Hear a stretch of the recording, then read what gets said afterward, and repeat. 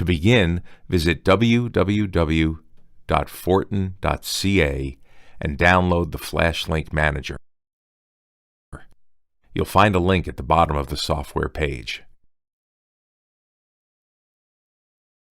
Download and install the FlashLink Manager software.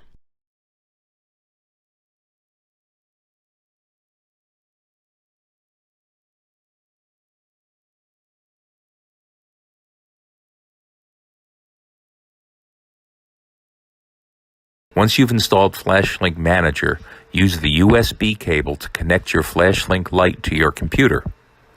The lights will cycle from white to green to blue to red.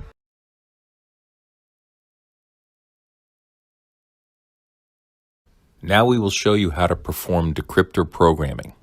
You should have already downloaded the FlashLink software, installed it. Let's begin. Before doing the Dcryptor programming, you need to finish the in-vehicle EVO programming as shown on your MPC tip sheet. On the last step of programming, the LED on the EVO will be flashing. The color LED varies by vehicle, but your tip sheet will tell you which color or combination of colors should be flashing in your vehicle. Once you have the flashing LED, unplug all the connectors from the EVO brain. Be sure to disconnect the power plug last. On an EVO All, it's the 4-pin black connector. On an EVO 1, it's the large 6-pin connector.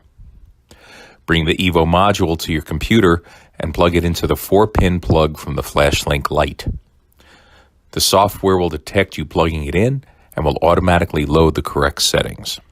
The next screen you see will be the main screen.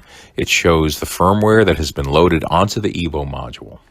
The first step is to select your vehicle.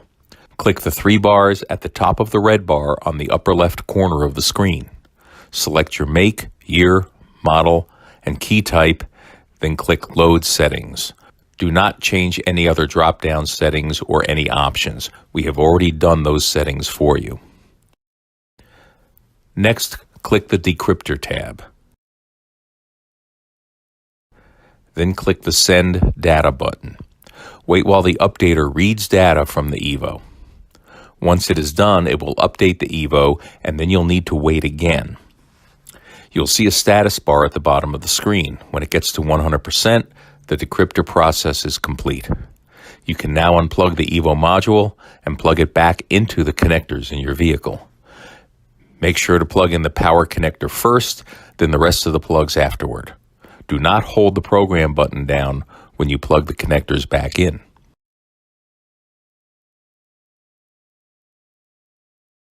You are now ready to test your remote start system.